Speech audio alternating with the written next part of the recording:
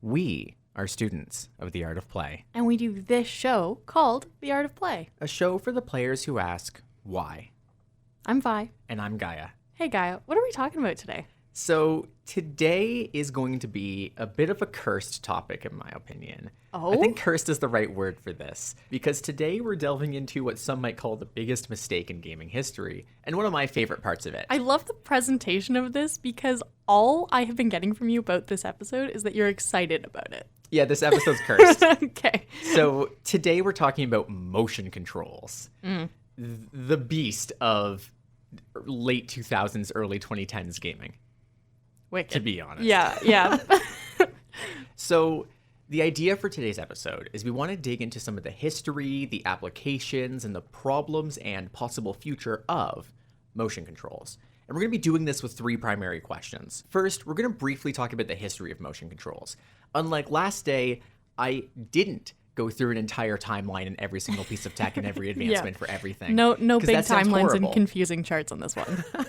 The second question is, why did motion controls kind of start dying off after the Wii? Because you might remember after the Wii, we got pretty much no motion controls from the Xbox One or the PS4, or hell, even Nintendo started to shy away from it, instead using their weird tablet controller as a primary thing. They're still sort of like they're there. They're there. But they're not as useful, and games aren't like built around them as they used to Yeah. be. We're then going to ask, is there a way for motion controls to come back? Is there a future for motion controls? Is this why this is cursed? Kind of. Okay.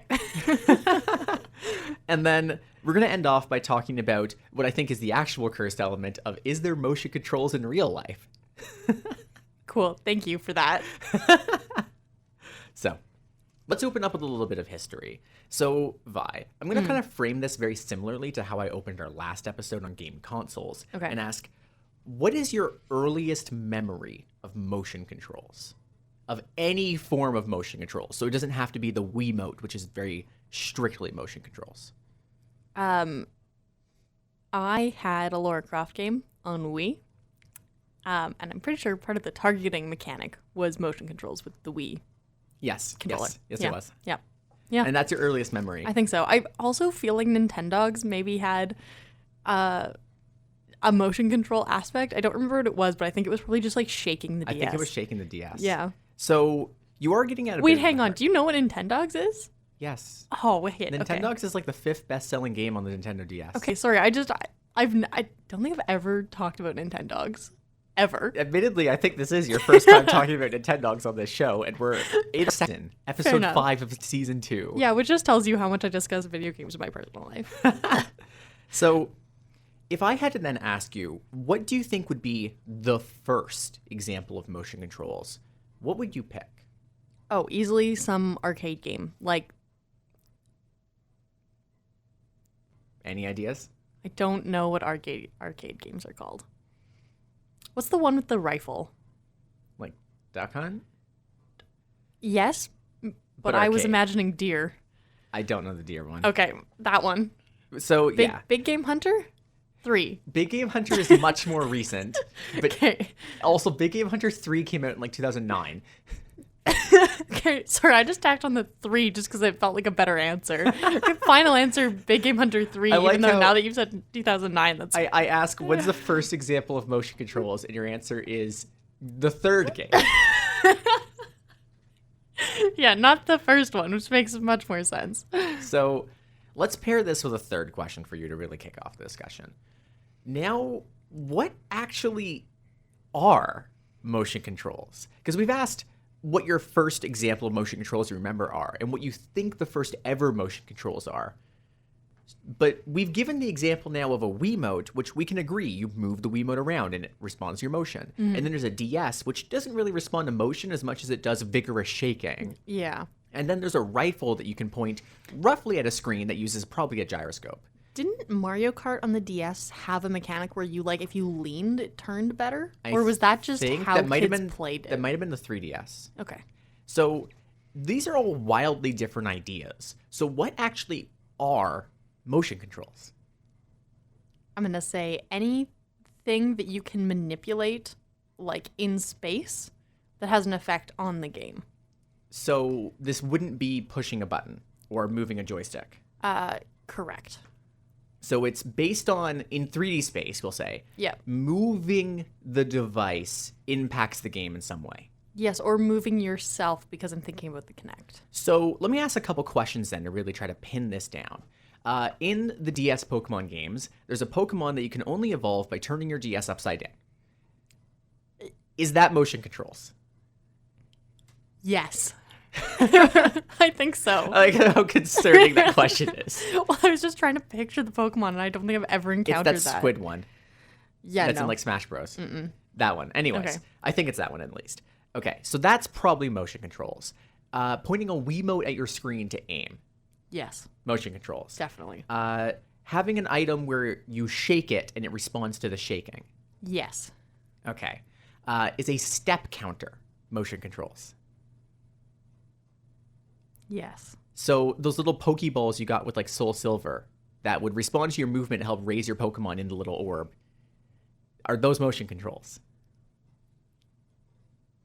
Oh gosh. Yeah. You know what? No, I'm gonna stick with my answer. Yeah, I think that's technically a motion control. So I think you are actually getting it. I would say yes as well. I agree with all of those. Okay. I was So- really concerned that last one was so specific. You were trying to trip me up. I was like, I was trying to trip you up, but no, that is so. Excellent. You are right. I love coming on this show and getting quizzed. We start every episode quizzing you. Yeah. But you do have it there that motion controls are anything where you control the game, interact with the game, or do anything with the game itself through movement of a controller, of the console, or some peripheral. So when your movement controls the game, that's a movement control or a motion control. It responds to motion. So here's another example. Would Dance Dance Revolution be motion controls? Absolutely. Because that is a weird one. Because let's think about it for a second. You are only pressing buttons. It doesn't care how you press a button. You're only pressing the buttons on the floor. Yeah. So is that a motion control? Because you're now pressing buttons. Well, I think the scale of it makes it a motion control. Like it's just so big that you can't just sort of sit there and passively press buttons. You have to be moving a while. Like even if you wanted to play it with your hands, you would be moving You have to be a moving lot. quite a lot. Yeah. So now we have a bit of an element of scale in for motion controls. So if I built an Xbox controller that was too big for you to interact all at one time, and you had to move between the buttons, would that now be motion controls? Yes. This is Harry Potter playing the great big chessboard. This is a philosophy question at this point. Yeah. How big does the controller have to get before it's motion controls? So I think we are hitting at it, though, that motion controls are when you have to move and your movement fundamentally is required to interact with the game. So Dance Dance Revolution, while not responding to your movement specifically, requires so much movement that it's motion controls. Much like how Just Dance responds to just a Wiimote, and you could probably configure Just Dance to actually respond to button controls. It just uses a gyroscope in many ways to do the motion controls. Yeah, you can play Just Dance by sitting on the couch, but you still have to be using a motion control. Exactly. So that gives us an idea of what motion controls are. And we do have some ideas of what has included motion controls. For example, old arcade games. Dance Dance Revolution, which, if I'm checking my notes here, came out in 1998 in arcades. Oh. Yeah, Dance Dance Revolution is old, Yeah. right? That totally makes sense for like like if you just think about like what that machine looks like. Yeah, that's an early 2000s device. Yeah.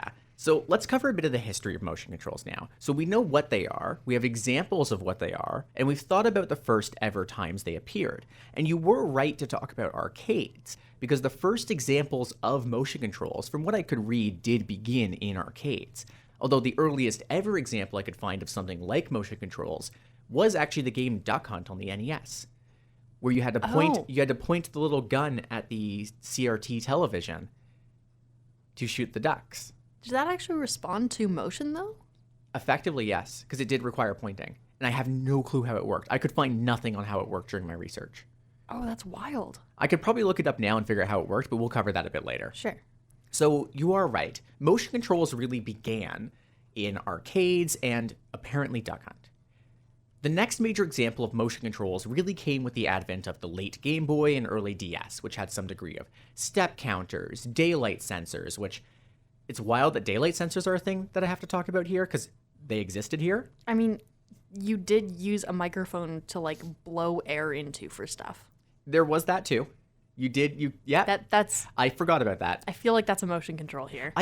I beg to differ, but anyways. I'm just saying, like, there's no, like, it's a very physical way to use a video game or to make something happen in a video game. So aside from, like, the discussion, we have a professor who does research on video games coming in for the show soon. And do I have to ask him if blowing into a microphone is a motion control?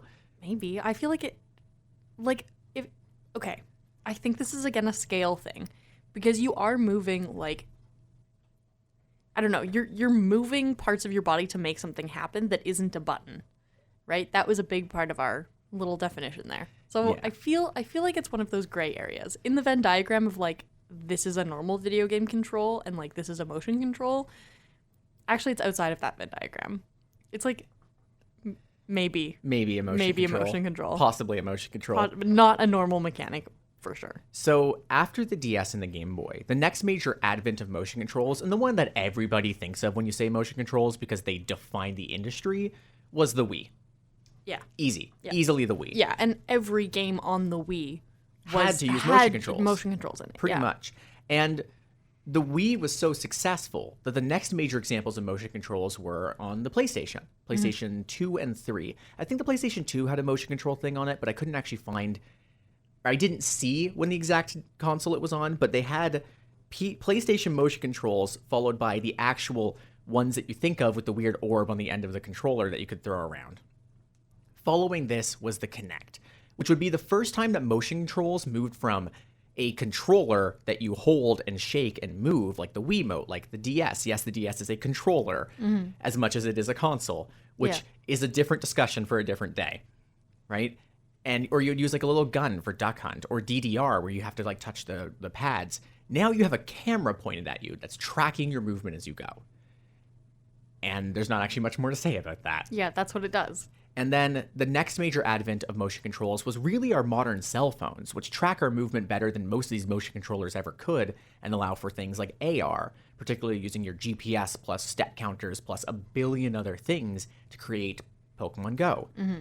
And more recently, we've had VR, or virtual reality, where you have games like Beat Saber, where you have to slice the blocks to the tune of music, effectively modern-day Guitar Hero in many ways. Or that one game where you explore a National Museum of Art. Like, you actually walk around in it. Cool. That's like a real thing. It's really cool. I like it a lot. Sounds like I would bump into a lot of furniture. Or VR chat, which is, talk to friends, have weird avatars, move around, stuff like that. So VR has a long history. It's nearly as old as the game industry itself, going all the way back to the NES and being dominant in the arcade scene. Like, half of the games in arcades or more are some form of motion controls, like riding a bike or shooting a gun, or it's really those two things besides Dance Dance Revolution, if I'm being quite honest with you. And they dominated home consoles for a while. They were so big that Xbox and PlayStation made their own custom motion controls. Does, like, a driving simulator count as a motion control? I mean, you have to move the bike to control it. Most driving simulators actually do respond to how you tilt your body. Yeah, I'm thinking about the ones where you just have like a steering wheel. And No. I'm talking about the ones where you actually have to lean, like physically lean to move it. Yeah. Then, okay. Yeah, that's motion controls. Sure. That's definitely motion controls. So I now have a question for you. We understand the history, and I'm not going to go into the 30 minutes to get this history covered this time.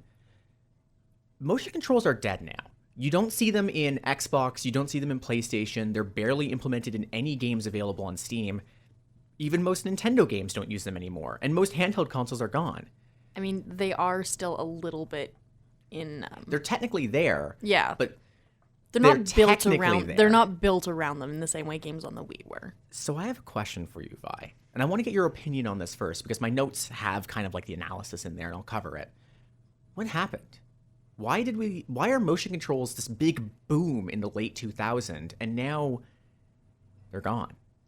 I think part of it's probably the application of it, right? There's only so many things you can do with a motion control, right? Like, we messed around with a whole bunch of stuff on the DS, and then we did a whole bunch of stuff on the Wii, and then when you got back into, like, kind of the Wii U that tried to be a blend between the Wii and, like, a normal controller, I think it just sort of died. It was like, this is no longer applicable. Well, Nintendo made a choice to make that controller that wasn't really motion control focused. Why would they do that? Well, I I mean, imagine. the Wii U was a failure, but I Yeah. don't think it was a failure because of the lack of motion controls. That's a good point. I imagine that it's because they were trying to compete with other consoles, which didn't have motion controls. Well, then, why did Xbox and PlayStation develop an entire motion control system? And remember, when the Xbox One was announced, it came boxed with the Kinect, which was mandatory at all times. And they undid that decision because of backlash from players. So clearly, when the Xbox One and the Wii U was coming out, everyone still thought motion controls were the future. And then it just disappeared after those consoles came out. What happened? I don't know. It feels like maybe there was just a roadblock of some description. Well, there was a bit of a roadblock. And I would ask you to talk about Skyward Sword for that one, which you've played. I hate that game. Why? It's the worst. Well, okay, there's too many. I know we're going to talk about motion controls, but the amount of cutscenes in the first like few hours of gameplay are ridiculous. Okay, you But do it's make a fair also point. it's also like finicky. You know, like you do this thing and it does that thing and it's like, okay, cool, moving on. We could just replace that with a button and the game would be so much. So you try to swing your sword like vertically and it goes diagonally and the game Yeah, punches it's just you. it's not sensitive enough. So you are right. We did hit a motion block. A Emotion block. We that too. We did hit a roadblock with motion controls where we eventually reached a point where your motion controls were not precise enough. So Yeah. I actually did look into this, and there's two reasons we could really talk about why motion controls failed. Part one actually comes from our previous episode. Do you remember when we were talking about consoles and one of the most deciding factors was affordability and accessibility? Mm-hmm. Two problems with motion controls. First, you have to have a wide open, accessible space with the ability to move around freely, possibly quickly, risking hitting things Yeah. to play a game with motion controls. Yeah. Do you remember the Wii like warnings when you opened everything that was Put like the strap on so you don't throw Yeah, your TV. so you don't throw it. And, Yeah, you don't throw and- it through your TV. Yeah, and the little thing with the vase of like make sure there's nothing you can hit. Do not feed Yeah. your Wii orange juice, Yeah. Oh my god, yeah. which was in the booklet. That was in the booklet. which was hilarious. I know, that's wild. I know it's don't pour liquid on the Wii, but still. But it was very specifically orange juice. It was like, oh, so you can water it. That's good. Yeah. So Yeah, that makes a lot of sense. I but get that's why. one big one. It's Yeah. not accessible. And if you have any physical disability, you just can't use motion controls. Yeah, Which most games did start implementing accessibility mode, so that's not as much of a concern now. But needing an accessibility mode to fundamentally access a game Yeah. bites. It adds another step to developers to be like, okay, so we're gonna do this game with cool motion controls, and then we also have to have another way to play it. Like Yeah. you're basically making two games. But here's another question. How expensive was an Xbox 360 controller back in the day? About $30 in like 2012. Sure. You know, pretty reasonable price. This is late Xbox. How expensive was a Wiimote? I have So no idea. base price was 60, nearly Yeah. double, and that was without a nunchuck, which was another 20. So it was the same price as Switch controllers today nearly Yeah. to get a Wiimote and a nunchuck. So let's talk about accessibility and the ability to buy it. Controllers and motion control like applications like the Kinect are expensive. The Xbox Kinect was $100. Just flat Yeah. out, that was $100. Yeah, you want to no, I- play motion controls? $100 down the drain right there. Yeah. You want to get another controller so your friend can play with you on the Wii? $80. Gone. Yeah, that's why we only had two. Yeah. Yeah, Most people yeah. had two and shared, and Yeah. that barely worked. Right? Yeah, I think we had friends bring over other controllers when we had like large gatherings of people. So That's we what I could do have with the more Switch people. now. I'm not going to lie. Yeah, I know. That's what I do too. Yeah. I've got Joy-Cons and I've got the Pro Controller. And like, if I have other people, you got to bring your own, man. You can share. You can each have one sideways Joy-Con. BYOC. Bring your own controller. So one Sorry, big problem. I'm going to have a BYOC party. Yeah, We're just going to see your how controller many we party. can connect. Remember, a Switch can have up to 8 players. Yeah. But you're right. So part one really is that it's not accessible. Motion controls are not accessible. You have a disability, a difficulty, you're old and can't move quickly, and games are no longer playable for you. But there is another reason. And we like to call this, Extra Credits, who are my primary source for every single one of these episodes, call it the uncanny valley of motion controls. So let me talk about something. when you're playing a game with a controller, do you think about the fact that you're using a controller, or do you feel like you're the character in the game? Depends on where I'm at in learning how to play the game. Let's assume that you're a few hours in. So you're not a noob to the game. Don't think about it. You don't think about the controller until you miss a button or something. Yeah. You feel like you are the character in the game, and you're just using a different method of being that person. Yeah. Right? When you're playing a game, you can see your tool as an extension of yourself. So when you say push stick forward to walk forward, that feels natural. You're using a tool to achieve a goal. That tool is part of who you are. You're not pushing a button to move forward. You're saying move forward in your brain, and it works. But have you ever played a game on the Kinect where, or actually, I remember you told me you haven't, but still, think about games on Kinect like the old Star Wars games, where to move in the game, you had to actively run in place. I mean, that just sounds taxing. Well, not just taxing, it's weird. You know that you're not running somewhere. You're running in place. Your environment around you is not changing, but your character is moving forward. There's no tool in your hands. You are actively, quote unquote, moving, and your character's running forward now. Right. We could think of this in other ways. You swing your arm around like a sword, and your character in game swings as well, but then it does the whole Skyward Sword thing, where you swing vertically and it goes diagonal. You swing diagonal, it goes horizontal. And it's always slightly Doesn't miscalibrated. read it quite right. Yeah. How does that feel?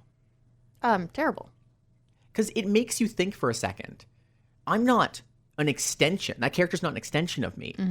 I'm swinging my arm around like a fool in the middle of my living room, and it's not responding. Yeah. It pulls you out of the game. It pulls you out of the immersion. Just shattering it entirely. Yeah. And what you're left with is you're just alone in your living room swinging your arms around and running in place. But let me ask a question on this now. You know Ring Fit Adventure, right? I do. And like Wii Sports, for example. Why does Wii Sports and Ring Fit Adventure not feel weird then? Why were they successful? Probably this, like, they just matched what you were doing really well. Well, there was that, but the other games could have too if they had a higher budget. In part, it's because both of these games tell you constantly that you're interacting with the game. They remind you of the controller aspect on purpose. So all these other games are actively saying, this character is who you are. It's an extension of you. Don't think about the controls. Now run in place. And Ring Fit Adventure says, you want to kill that enemy? I want you to drop down and give me 20 right now. Yeah. Right?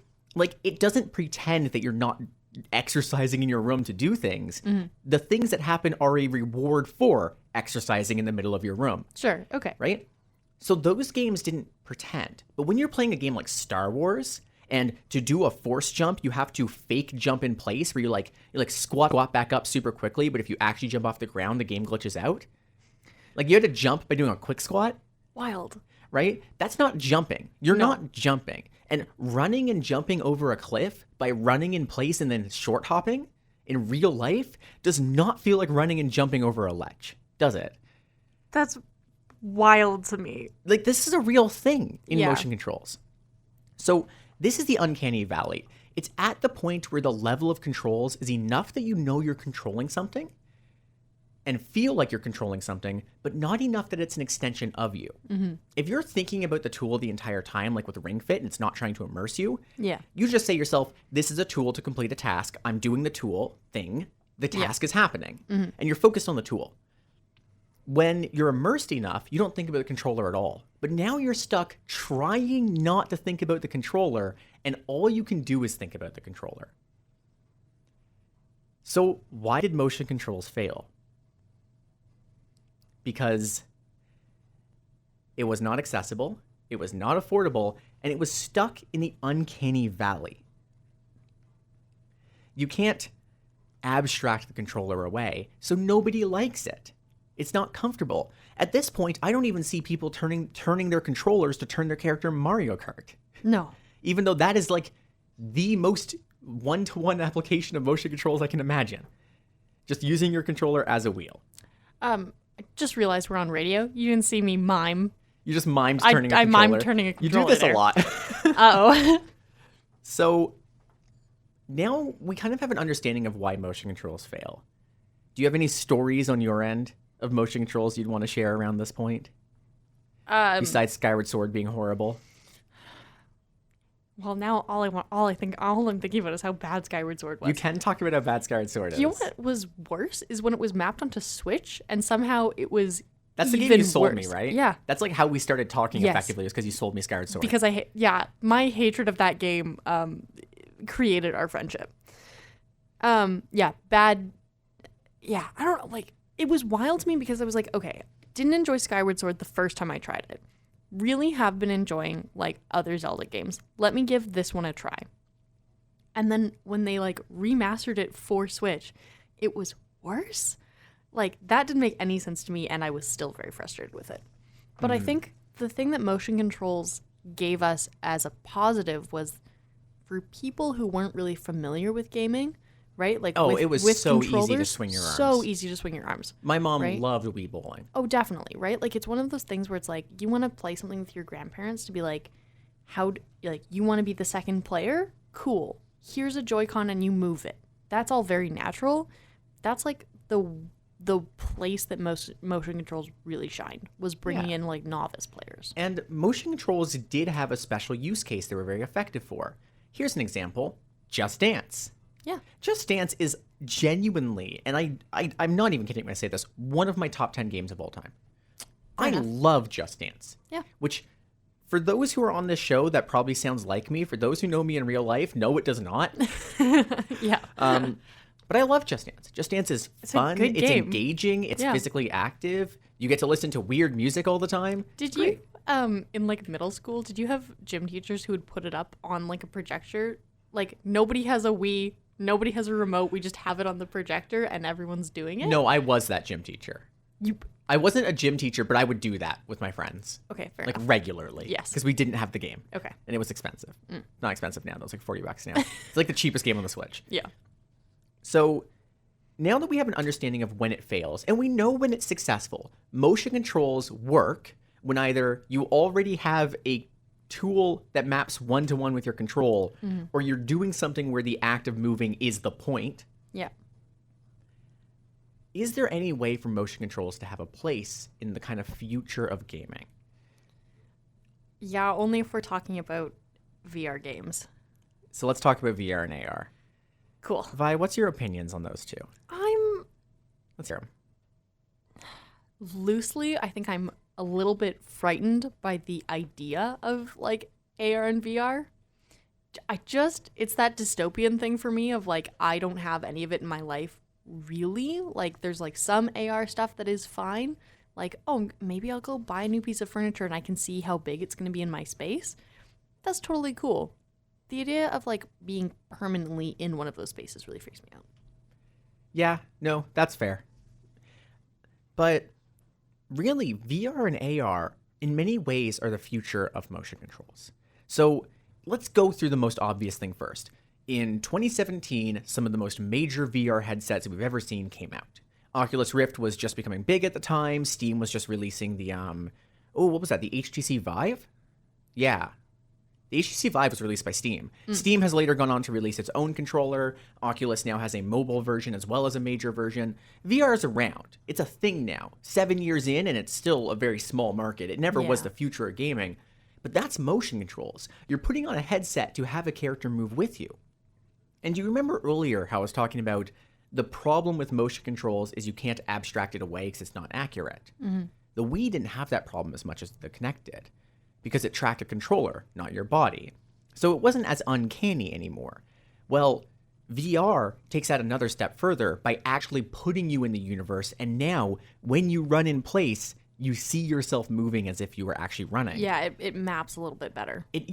Where I talked about this uncanny valley, you are exiting the valley when you're in a VR space. It's not perfect. When I'm playing Beat Saber, I'm constantly thinking to myself, am I about to bash a wall and break my hand? Yeah. Which, the answer is normally yes. Okay. Most of the time when I'm like, wait, am I too close to the wall? The answer is yes. I immediately hit the wall after. There is something in your brain being like, actually, you are too close to the wall. And then I hit it. Yeah. Every time. Like, regularly. Nice. Whoops. No walls for you then. No walls for me. I need to enter the liminal space. Your wall privilege has been revoked. Oh, that's going in the chat later. Oh, good. Thank you. So VR is a great example, but I kind of really like AR more. Yeah. So for those who are kind of listening and might not know what AR is, because that's a really new acronym, AR is augmented reality. So instead of putting on a VR headset and fully immersing you in a virtual reality, we're using your phone camera to put a Pokemon in front of you. Yeah. Right? We're doing Pokemon Go. Yes, I was going to say, this is We're Pokemon Go. putting things in your environment to interact with. We're telling you to go walk downtown and catch a Snorlax, right? And it's not just Pokemon Go. There's really early examples of AR as well. In many ways, using an app to track your location to find things that are there in real life is still a form of AR. That's just geocaching. Yeah, I was going to say, are you describing geocaching? Yeah, that's geocaching. Geocaching, I think people who study AR will hate me for calling geocaching AR, but it's the predecessor of. Right? Yeah, it's the step before proper AR. Yeah. Or those like those apps where you want to envision a piece of furniture in your room, so you scan your room with the camera first, and it makes like a little 3D model so you can place the furniture in. Yeah, or the measuring tool on iPhone. Or the measuring tool on That iPhone. thing's so handy. Now, that's all motion controls. You're moving your phone, a device in your hands to control the product you're working with. It's not just games anymore, but like measurable real life products that help you with your actual day-to-day life. Now, I know that I said that like AR and VR kind of frighten me. I do think we're a while away from that, but the like AR like applications as they stand right now are so good, right? Like, oh yeah, like they're so good. Like putting something in your space that isn't actually there and just sort of going like, okay, what would that look like if it was? Great. Yeah, the fact that you can just say, put a couch there so I can see if I should go buy one. Yeah. That is wild. Genuinely, I used it when I was buying furniture for when I moved into my place. I was like, is this I've never chair? bought furniture. I was like, is this chair gonna what? So every single piece of furniture I've gotten was given to me by a roommate. Oh, okay. I'm not kidding. Every time. I was like, I've been in your house. You have furniture. I have a lot of furniture. Yeah. It's just always given to me. It's just hand-me-down stuff. I have so much. That's why none of it matches. That's fair. I mean, most of mine matches, and that's on purpose. Yeah. Yeah. But it's because I was able to use the IKEA app. Thank you, IKEA gods, to make sure that it all fit in my little space. But I think there is more room for motion controls as well outside of VR and AR that I'd like to touch on. Most controllers today still have motion controls built in, usually using a gyroscope to figure out the direction the device is facing, as well as some way of measuring its acceleration, so how quickly is it moving in one direction. In Mario Kart, you can still use the controller to drive. I've done it. It's okay. It's still not perfect, but it's like works. It's good enough that I keep turning it back on and then realizing that I sit at weird angles and turning it off again. Yeah. Which, yeah, that's a problem. Yeah, but it's also like that's how you sit when you're playing the game, and there's no way to adjust for it. Yeah. Yeah. There's no trim tab. But I still also use these controllers for playing Just Dance. I hate the camera version of Just Dance. I don't. The camera tracks weirdly. I love holding a weird controller and risking breaking it every time I have to go on the floor. Honestly, yeah. Hilarious though. It's good though. Yeah, no, it's good, right? Like the Switch still has motion controls, and my favorite games on the Switch still use motion controls. Yeah. Mario Odyssey still lets you swing the controllers as a main form of attacking and moving. I'm again going to talk about Breath of the Wild because there's puzzles that are solved by you manipulating the controller. Not gonna lie, that was my least favorite part of Breath of the Wild. It doesn't work well. It works perfectly. The problem is my brain does not think in 3D. Honestly, some of those were my favorites because they were just bonkers. But I did find myself putting my Pro controller down and taking my Switch off the dock, and then using the Switch to use the Switch because you could sort of see it better. Yeah. Yeah. Like for me, I was trying to figure out that one where you have to fling the ball upwards after moving it through a maze, and that took me 7 tries and I nearly cried. I may be telling tales out of school here, but I'm pretty sure you could flip it upside down and then it was just flat on the other side. Yes, and that's what I did, and then I failed 3 more times. Well, I was that bad. I don't know how to help you there. But I did actually do that. I'm really bad at 3D manipulate. I can manipulate 3D objects in my head, but I'm still bad at it. But there's lots of examples of motion controls working today, and they still face the same problem of being expensive, unless you're on a phone. So the big problem with motion controls was really that they cost a lot. They're not accessible.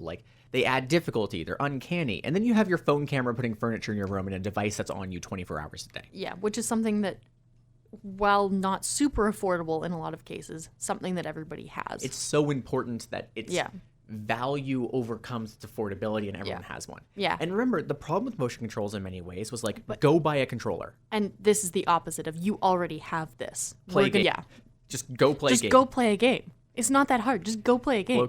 Go play a game. I said Go play a game. So motion controls today do have a future. The problem is their future is not in your home game console, really. The future is in mobile games. Their future is in VR, which is very niche and very expensive. And the future is like AR. Their future is, I guess, the Switch.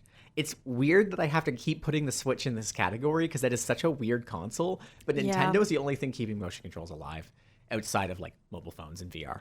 I don't know. I think, like, all told, I really enjoy the concept of motion controls.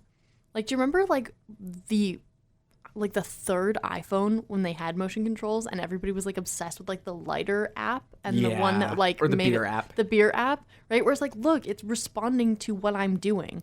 Like, it's just such a cool intersection of like the person that you inhabit and the device that you have on you all the time. Oh yeah. Yeah. And motion controls are weird, man. So like we've covered the main three questions. We've covered the history, we've covered why they failed, we covered what's their future. The next question is, are there more examples of motion controls that would be worth talking about? And motion controls are weird, man. It's interacting with a controller physically to have things happen on screen.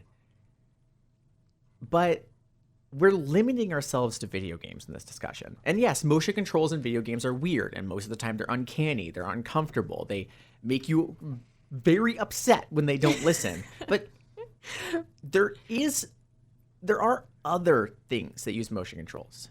Interacting with anything outside of just pressing buttons is motion controls, right? When your motion matters.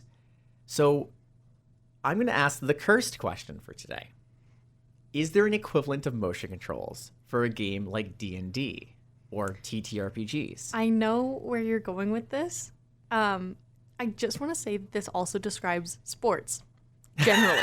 I just want to put that out there. Motion control is also sports. I love that I've spent I'm just gonna admit it. I spent all this time trying to lead up to talking about LARPing and I just forgot sports exists. I just want to be just as the resident like athlete on this show. Sports. Yeah. Yeah. So let's talk about how we can interact with the world through motion outside of just video games. And more importantly, and what I actually want to get to here, which is this is the not cursed important part, what could we learn from those things when building video games? So let's talk about sports. And let's talk about LARPing. Playing games physically. What is the fun part of playing sports, of LARPing? What if I had like I'm not getting the wording just right. This is such a good like what is fun about sports? Tell me on our video game podcast. Yeah. Why that's the question play sports? though. What is it with sports that have people going and playing them so much? Like outside of the fact that like sports historically were the games that people could play and interact with, we still see people, today with access to an infinite number of entertainment items. They still go play sports and they use those entertainment items to go watch sports and to play video games of sports. So beyond just the big crowds and the excitement of your team, what is the hype behind sports? And yes, you can also talk about LARPing if that's something you want to bring into the discussion. But now sports are here, so. Now sports are here in the room with us. Mic 3. One of the things I would say here is that sports and anything that has you learning like how to use your body well is that there is a progression that you can feel and feel that you are achieving as you work through something, right? As you learn to be better at a sport, you also get like support from your community, right? Like there's progression arcs in the same way that video games do, and that feels good. There's community elements in the same way that video game communities exist, right? Okay, hey, we're all going to go play a game of soccer, right? We're all going to go throw a frisbee around, right? All of those things exist in sports in the same way they do in video games. Those things are not new, nor are they separate from each other. So what is it about sports that might be different from video games that people can learn from or pull from. Because progression curves are a thing in video games, large communities and shared interests and shared goals, teamwork, competition, excitement. They exist in both categories. So where do the differences lie that we could learn from? So one thing I want to talk about, and this is actually why I wanted to bring up LARPing as well, is that there's something about moving your body in games that people like. Yeah. And it's separate from just video games because we see people, not playing video games so they can go outside and play sports. Even though video games are dominating the hobby market more and more and more, people still go out to play sports. People like moving their body.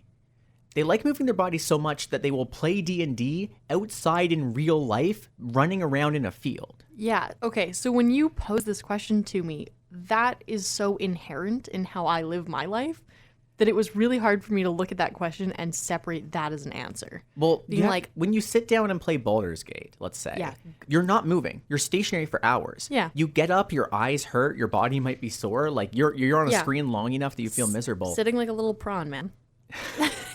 Shrimp check, straighten your back. For everybody listening at home. But sorry, shrimp check again would be such a good shirt. Okay, but my friend group says this regularly. This isn't like a new thing for me. It's a new thing for me, and it's great. I love shrimp check. So, but there's something about motion controls that keeps pulling us back to it, and there are examples in real life of us using motion controls. Like I want to think, for example, that some of the most popular videos on YouTube are people doing Mario Kart in real life, where they just go karting and ram into each other for fun. Yeah. Right? Like everyone sees like obstacle course style games, parkour games, and they're like, I want to go outside and do Wipeout. Oh, this feels very chicken before the egg for me. Like, I'm not sure that these are people who play video game want to go outside and do the thing. I think those things exist simultaneously. They do. Yeah. But keep in mind that LARPing exists because one, people like being in costume and being in character a bit. Yes. But also a lot of people have gotten into it because they like D&D and want to be more D&D. Go out and be their characters for a little bit. Yeah, well, you see this with players at the table too, right? When you ask somebody in a physical space to role play as a character and they really enjoy doing it, like physicality changes, right? Yeah. And that's huge, right? If you are a person who sort of like sits smaller, and slumps and doesn't take up a lot of space, and you are playing a character who, takes up more space, right? Your physicality changes because you want to embody that person. Yeah. Those things totally make sense to me. Yeah. And we see that even, I know that this is like a video game tip of a lot of video games exist to mirror real life. And we see sports games and obstacle course games and games that, as much as I was talking about them as leading people to want to do those things in real life, they're also created because people love those things in real life so much. That motion controls kind of exist because people like moving around, and there's an attempt to mix those things into gaming. Yeah. Right? They exist because people want to move their bodies, and it's easier to teach someone to move their body than to handle a controller. I'm thinking a lot about Microsoft Flight Simulator. Good point. Which is one-to-one.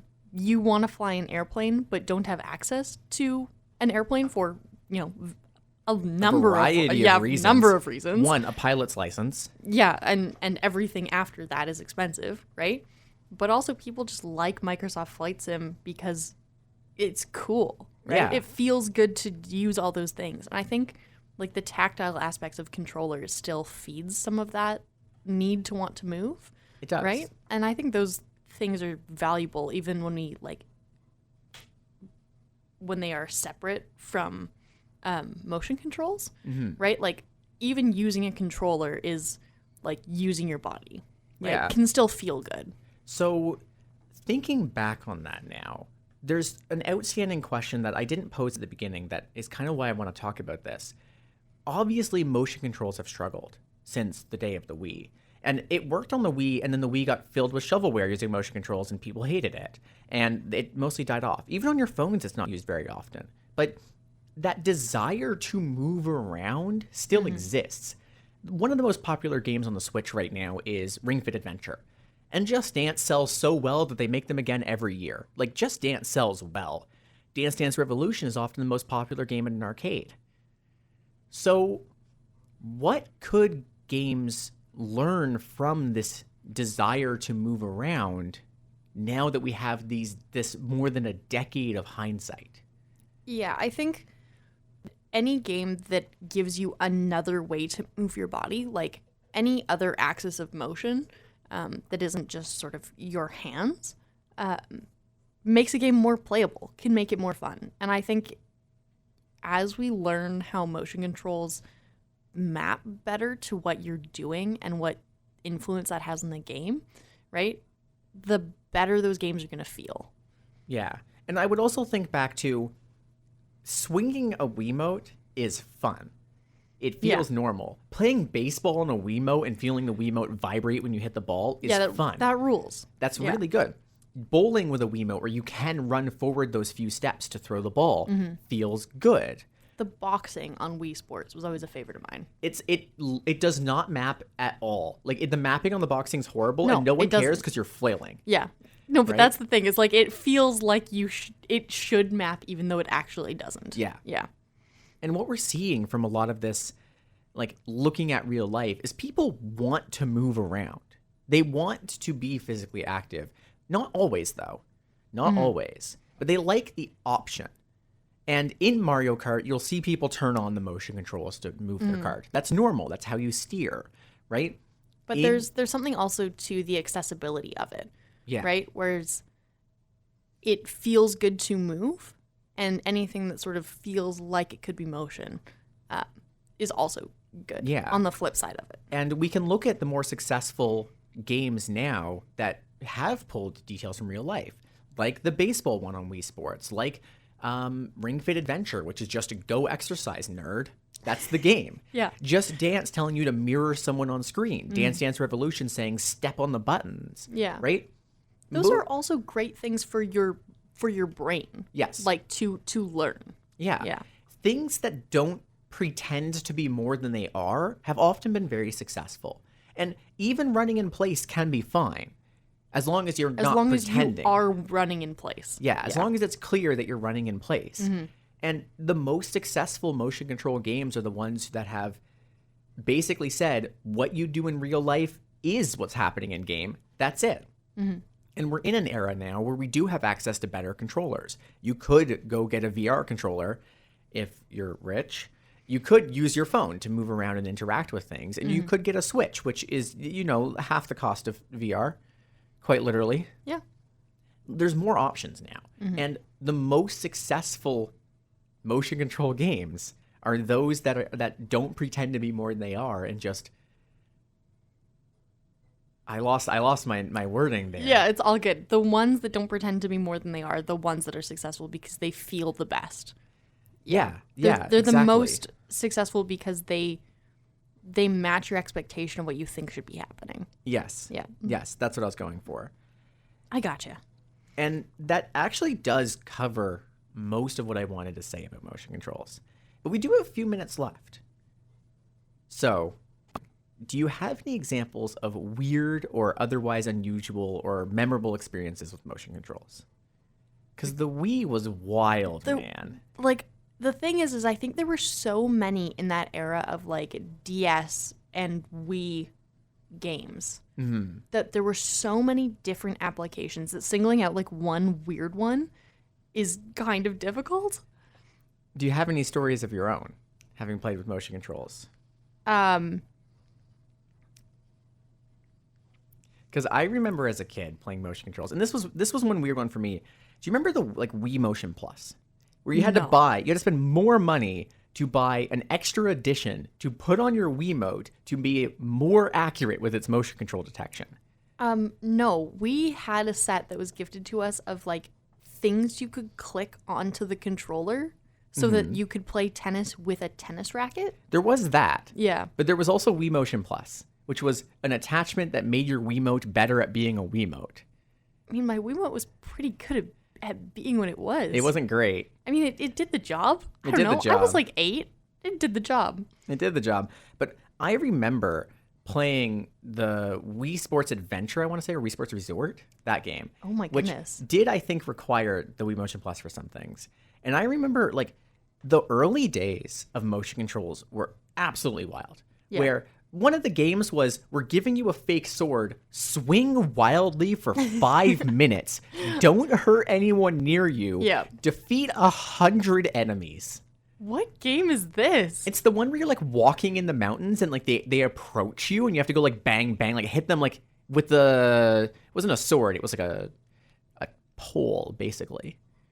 No, dude. Do you not remember this? I have no idea what you're talking about. So there was a game on Wii Sports Resort where your character walks through an environment with the numerous enemies in the distance that were wielding mini swords. I'm going to call them swords. They were more like they had no blade. They were sticks. Right? They were sticks. And if you hit them with a stick, they went down, but some of them required getting hit multiple times with a stick to go down, and you had 3 health. Man, that's so good.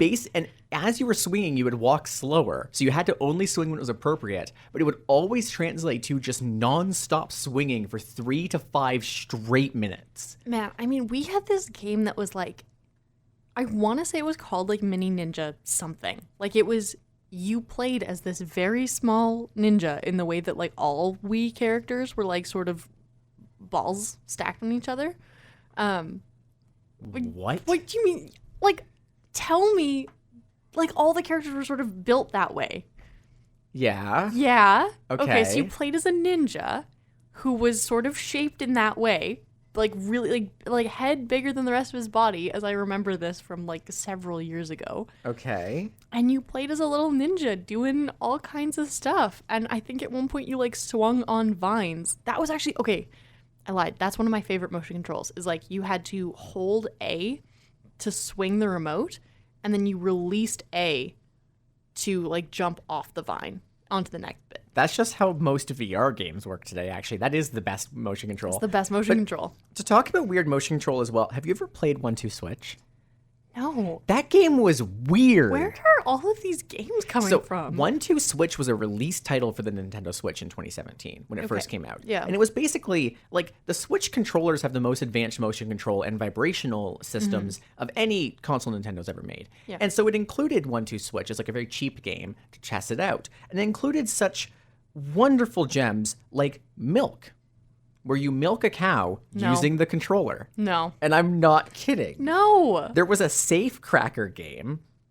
I'm trying to remember some of these. There's a game here called Baby, and I'm not even going to pretend to know what that one is. Safe cracker, that one could be so good. If, It was. If the controller like vibrates as you like. It does. That was rules. great. I love that.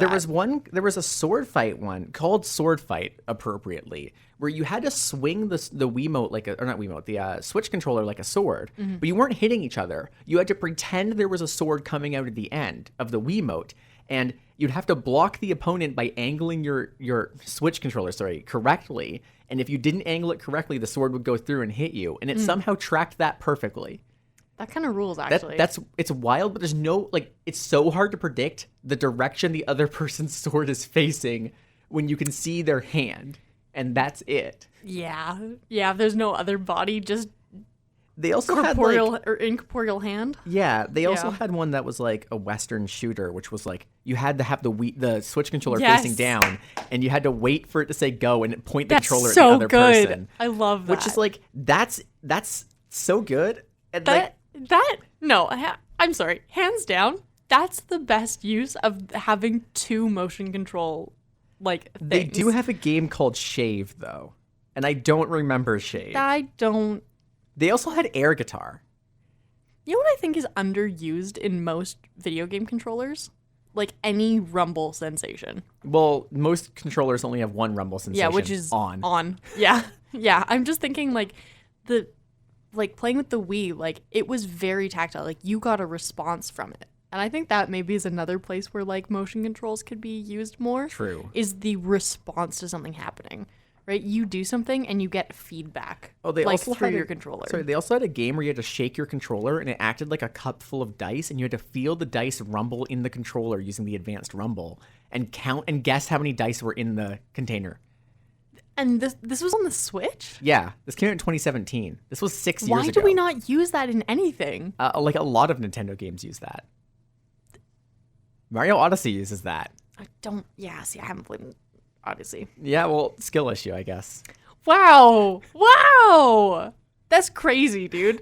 And on that bombshell, we're out of time. We are out of time. So that's a quick summary of the weird and wacky world of motion controls. Its history, why it failed, games that did it well, what we could learn from real life, and me constantly trying to shoehorn in. I can't speak today. It's okay. I've had multiple lapses of brain, so Shoehorn in LARPing as a concept. Yeah. And then we just said sports, and I realized I did not go the correct direction for the planning. no. So sports is thing. I would, if anybody wants to come on the show and talk about LARPing, we could do that. I wish I knew someone who has LARPed before. Yeah. And anyone. Literally anyone. Any singular person. Imagine would be so LARPing cool. in Fredericton, New Brunswick. Yeah, I can't. But anyways, on that note, thank you all so much for listening for this episode on motion controls. In the next episode, we're going to be bringing in a special guest to talk about a little bit of video game research, let's say, and leave it at that. Well, let's not say that is what they're going to talk about. Yeah, I'm not giving details. Oh, I see. Anyways, thank you so much for listening. I've been Guy. And Gaia. I've been Vi. You've been, I've sorry. been Guy. I've been Gaia. I'm a guy. I'm so tired. I've been Gaia. And I've been Vi. We'll see you next time. Bye. And that's it for today's episode. But what if you wanted to listen to more? Well, our new episodes come out every Thursday at 9 p.m. Atlantic, and there are 3 different ways that you can listen. If you're in the Fredericton area of New Brunswick, Canada, you can listen live on CHSR 97.9 FM through any of your radio services. If you're not in this region or you prefer using the internet, you can tune in on chsrfm.ca at the same time, 9 p.m. Atlantic. As well, we release all of our episodes on a number of podcasting platforms online, including Spotify, Apple Podcasts, and more. So if you wanted to, you could go back right now and listen to Season 1, where Vi and I do a deep dive into the fundamental concepts of game design, rather than the hardware they'll be taking up this season. Anyways, thank you for listening, and have a good one.